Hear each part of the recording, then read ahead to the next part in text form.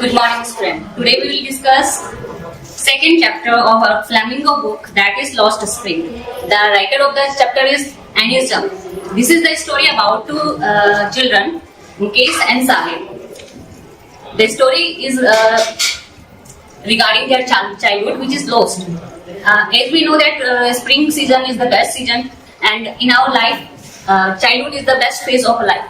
And these two children, Mukesh and Sahib, have lost their childhood because of the family responsibilities. So today we will discuss some important question regarding the chapter. And so first question is, what does the title Lost Spring convey? The title Lost Spring convey the poverty which condemned these children to a life of exploitation. And the second question is, what made city of Firozabad famous? जो फिरोजाबाद जहाँ पे मुकेश की family रहा करती थी, मुकेश की family जो थी वो एक ट्रेडिशनल बेंगल मेकिंग का काम करते थे. तो फिरोजाबाद किस चीज के लिए फेमस थे? ऑब्वियसली वो बेंगल मेकिंग के लिए फेमस थे, ग्लास बेंगल मेकिंग के लिए. And the second question is, what was the full name of Sahib? Did he know what it mean and what did it represent? So Sahib का फुल नेम क्या था? साहिब एक रैकपिकर था, रैक पिकिंग का काम करता था, और उसका फुल नेम था Sahib Alam. His full name was Sahib Alam. It mean Lord of Universe, but he was not aware of its name's meaning. Next question is, how is Mukesh's attitude to his situation different from that of his family? Mukesh जो था उसकी attitude अपनी family से लेके अलग कैसे था? तो मुकेश की जो फैमिली थी वो बेंगल मेकिंग का काम करते थे, ट्रेडिशनल प्रोफेशन था ये उनका, उनके फादर ये सारा यही प्रोफेशन करते थे. लेकिन जो मुकेश था उसने डिसाइड किया था कि वो इस ट्रेडिशनल प्रोफेशन को छोड़ के मोटर मैकेनिक का काम सीखेगा. So answer will be that Mukesh want to be a motor mechanic which he did not follow the profession which his family was following, traditional profession. And last question is Sahib happy working at tea stall? Explain. क्या साहिब जब वो पहले rake picking का काम करता था, उसके बाद वो एक टी स्टॉल में उसको काम मिल गया था, तो क्या वो वहां पे जब काम करता था क्या वो खुश था?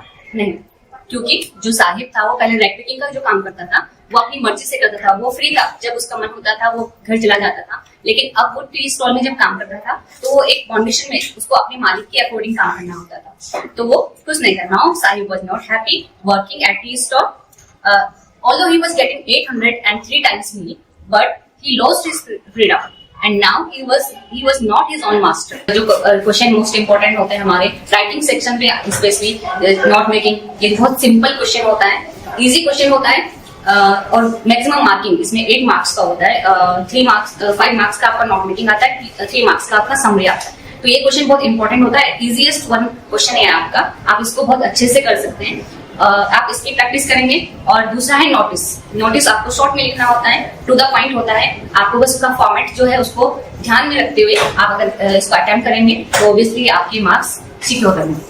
एंड लेटर राइटिंग, जो आपकी लेटर राइटिंग होते हैं, लेटर राइटिंग में आप फॉर्मेट आपका इंपॉर्टेंट पार्ट होता है. मे बी कि अगर आपकी लैंग्वेज में कुछ मिस्टेक हो जाए, अगर आपका फॉर्मेट सही रहेगा तो जो फॉर्मेट के एक दो नंबर है वो आपके कहीं मिल जाए. तो अगर आपको राइटिंग में दिक्कत है, सेंटेंस फॉर्मेशन में आपको दिक्कत होती है, तो आप फॉर्मेट को अच्छे से लर्न कर लीजिए. ऑफिशियल लेटर का फॉर्मेट क्या होता है, फॉर्मल एंड इनफॉर्मल लेटर्स का फॉर्मेट क्या होता है, उसको आप लर्न कर लीजिए. एज यू नो स्टूडेंट कि आपका जो क्वेश्चन पेपर होता है वो 80 मार्क्स का आता है. 80 मार्क्स का आता है, तो आपका जो 20 मार्क्स होते हैं वो इंटरनल असेसमेंट का होता है. इंटरनल असेसमेंट में आपका रीडिंग, राइटिंग, लिसनिंग स्किल, ये सारे स्किल को कैलकुलेट किया जाता है. सो आप राइटिंग वर्क अपना जो भी आपको क्लास वर्क होमवर्क मिलता है उसको प्रॉपर कीजिए. आपके टीचर को आप अपना वर्क अप टू डेट कराते रहिए कि आपने ये कर लिया है, ताकि टीचर के माइंड में भी रहे कि हाँ ये बच्चा अपना काम proper time to time update रखता है. एंड वाइवा वगैरह होता है आपका, प्रोजेक्ट वगैरह, ये सारी चीजें आपको जो इंटरनल असेसमेंट में अच्छे मार्क्स के लिए हेल्प करेंगे. 1870 में फ्रांस और जर्मनी का युद्ध हुआ था. इस युद्ध में जर्मनी ने फ्रांस को हरा दिया था. जर्मनी ने फ्रांस से 2 डिस्ट्रिक्ट ले लिए थे, पहला है एल्सेस और दूसरा लॉरेन. जर्मनी ने डिसीजन लिया कि फ्रांस के इन दोनों डिस्ट्रिक्ट्स में अब से जर्मन पढ़ाई जाएगी, फ्रेंच नहीं। मिस्टर हेमेल जो एक अध्यापक थे वहाँ, जो पिछले 40 सालों से एक ही स्कूल में फ्रेंच पढ़ा रहे थे। मिस्टर हेमेल का इस स्कूल से बहुत लगाव हो गया था, वे स्कूल में ही रहते थे। मिस्टर हेमेल ने जिस दिन अंतिम क्लास ली वो उनका वहाँ ये लास्ट लेसन था, इसलिए इसके लेखक एल्फेंजो डोडेट, लेखक का नाम क्या है? एल्फेंजो डोडेट ने इस कहानी का नाम द लास्ट लेसन रखा। The question number first, what side did France see on his way to school in the lesson the last lesson? Answer होगा on his way to school France found that the day was warm and bright. The birds were chirping at the edge of woods, and in the open woods the Persian soldiers were drilling. When he passed the town hall, there was a crowd in front of the bulletin board. Question अगला, what tempted France to run away and spend the day out of doors? Answer होगा France had not prepared the participles. He was late for school and dreaded the teacher's scolding. It was so warm and bright. The birds were chirping at the edge of the woods in the open field. The Persian soldiers were drilling. These things tempted France to run away and spend the day out of doors. अगला है What does the title Lost Spring convey? 2020 में ये आया होगा board में। Answer है The title Lost Spring conveys the grinding poverty and traditions which condemn these title children to a life of exploitation. Question next, the description of Simapuri creates a very dismal pictures. Explain. तो इसको explain करना है हमें।